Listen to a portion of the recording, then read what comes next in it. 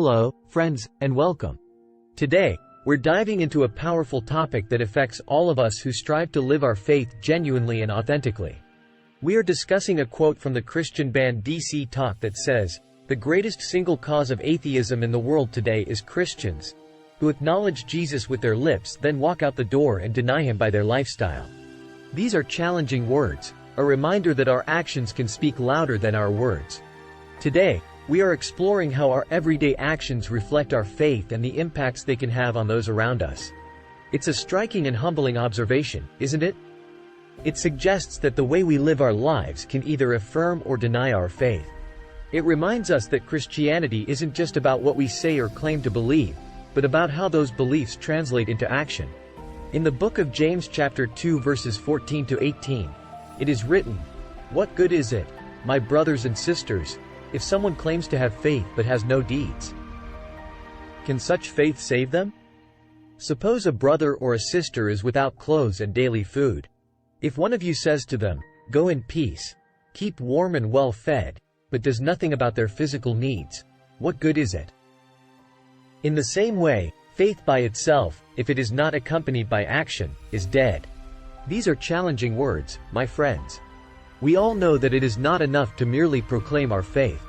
Our actions and choices must reflect the love and selflessness of Christ.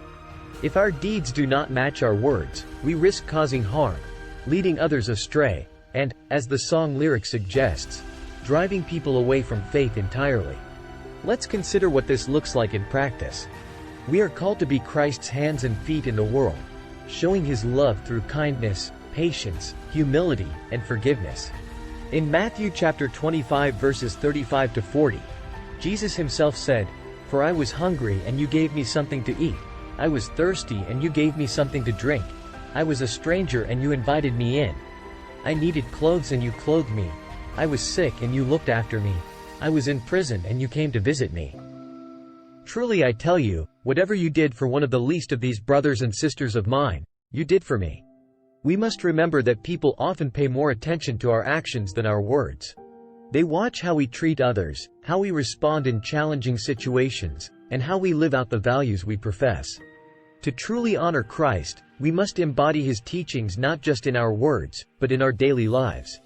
Friends, we must also examine the ways in which we might be stumbling blocks to others. Are there ways in which our actions don't line up with our proclaimed faith? Are there ways we can be more loving, more generous, more Christ-like? It's a hard self-examination, but it's a crucial one if we want to live a life that truly reflects Christ. The Apostle Paul wrote in Romans chapter 12 verse 2, "Do not conform to the pattern of this world, but be transformed by the renewing of your mind." This transformation involves more than just a change in our verbal declarations. It requires a change in our hearts and actions. Remember, our faith is not meant to be confined to church services or prayer meetings. It's meant to influence every aspect of our lives, from how we treat our neighbors to how we conduct ourselves at work. The world is watching, and when we live out our faith authentically, it can be a powerful testament to the love and grace of Jesus Christ. So let us all strive to live lives that honor and reflect Christ, not only in our words but in our actions. Let our lives bear the fruit of the Spirit: love, joy, peace, forbearance, kindness, goodness, faithfulness, gentleness, and self-control. As we leave today, let us not merely be hearers and speakers of the word, but also doers, so that the world may see the light of Christ shining brightly in us. Amen. Thank you for joining us today and embarking on this journey of faith with us. It is our prayer that today's message challenges you, inspires you, and guides you to live a life that mirrors the love and grace of Christ in every action you take. Before we end, let's reflect on our lives. Are we living out the faith we proclaim? Are our actions in line with Christ's teachings? Are we being the light in the darkness that we are called to be?